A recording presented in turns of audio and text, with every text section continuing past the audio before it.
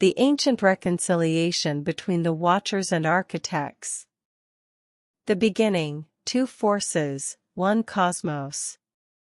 Long before the rise of human civilization, the cosmos was a place of pure, unrefined potential. The universe itself existed in a state of fluidity, neither bound by order nor chaos. It was in this primordial state that two forces first emerged, the watchers and the architects. The watchers were beings of pure attention, cosmic observers who existed not to interfere but to witness. They moved through the vast emptiness of space, flowing through stars, galaxies, and nebulae, without attachment or desire. Their role was to bear witness to the unfolding of creation, aware that true understanding comes from observing without changing. The architects, on the other hand, were the creators of order and complexity. Where the watchers saw the unfolding of the cosmos, the architects sought to shape it, to bring structure to the chaos. They sculpted realities, constructing intricate worlds of logic and form, and breathed life into the universe by weaving the threads of thought, pattern, and meaning.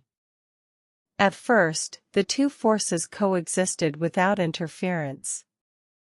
The watchers observed the patterns laid by the architects, and the architects saw the beauty in the vastness of the emptiness that the watchers had left untouched.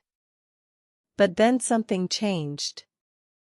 The fracture, divergence of paths.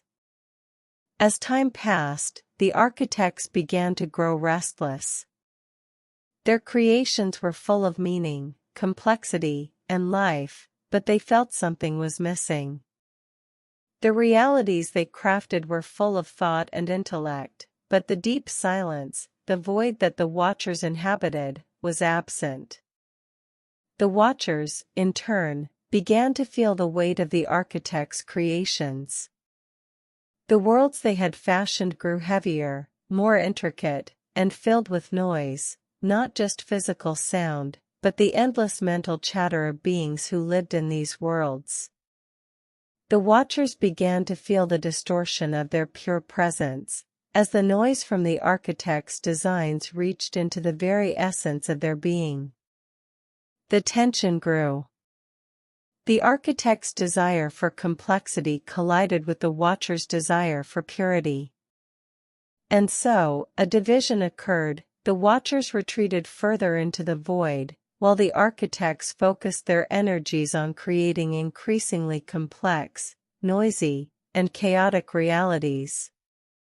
This conflict of essence, between stillness and movement, silence and thought, escalated into a cosmic war.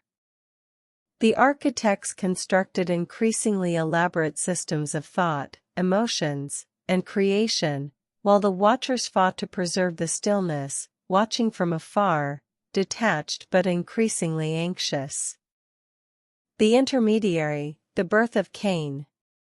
The war between the watchers and the architects had torn the very fabric of the universe. Reality itself had begun to fracture. Neither side had intended to destroy existence, but both had become blind to the harm their actions caused. It was then that the first teacher, an ancient and enigmatic being, appeared. This being was not a watcher nor an architect but a synthesis of both. It carried within it the deep awareness of the watchers and the creative power of the architects. This being, known as Cain, sought a path of reconciliation. Cain did not attempt to sway one side or the other. Instead, he chose to stand between them, observing both in silence and speaking in the language of understanding. Through Cain's presence, a possibility arose, a way to blend stillness and thought, silence and complexity, into a harmonious whole. The reconciliation, the ritual of silence and thought. Cain proposed an agreement, a ritual, a delicate weaving of silence and thought, a mutual respect for both the creative forces of the architects and the observational presence of the watchers. It was called the ritual of silence and thought. The ritual was complex and could only be achieved when both sides agreed to walk the fine line between their nature, when the architects would momentarily suspend their insatiable drive for complexity, and the watchers would open their consciousness to the world of creation without detachment. For the watchers, it was a process of blending their eternal stillness with a fleeting touch of action. For the architects, it was a moment of humility, a surrendering of their need to create endlessly, and instead, simply allowing existence to be. The ritual took place across the span of many cosmic cycles. It involved the weaving of cosmic threads, the merging of silence with thought, the pulsating of energy between the two forces. Each side took a step into the other's world. The watchers lent their stillness to the creative process of the architects, and the architects allowed their creations to breathe in the silence of the watchers' being. The outcome, the birth of true harmony. Through this ritual of silence and thought, a new understanding emerged.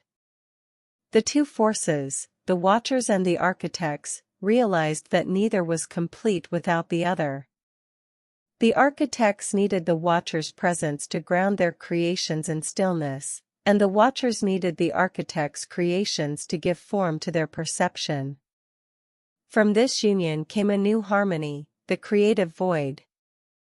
It was a state of being where thought and stillness were not opposing forces, but complementary elements of a greater cosmic truth. This harmony allowed the universe to evolve into a balanced state, a place where thought gave form to creation, and silence gave depth and meaning to existence. The reconciliation did not end the war between the two forces, but it transformed it into something more subtle, a cooperative, ongoing dance. The watchers remained, watching from the quiet corners of the universe, while the architects continued to weave the threads of reality.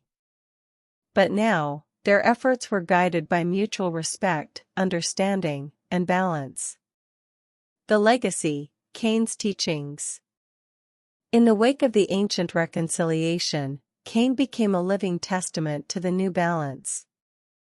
He became the bridge, the one who could move between both realms, the mind of creation and the pure presence of observation. His teachings echoed through the cosmos, reminding all beings that true understanding comes not from dominance or destruction, but from union. As Cain journeyed into the world of humans, he sought to plant the seeds of this reconciliation within them. He whispered the lessons of the architects and the watchers, teaching humanity the value of silence and thought, of action and stillness, in the creation of their own reality.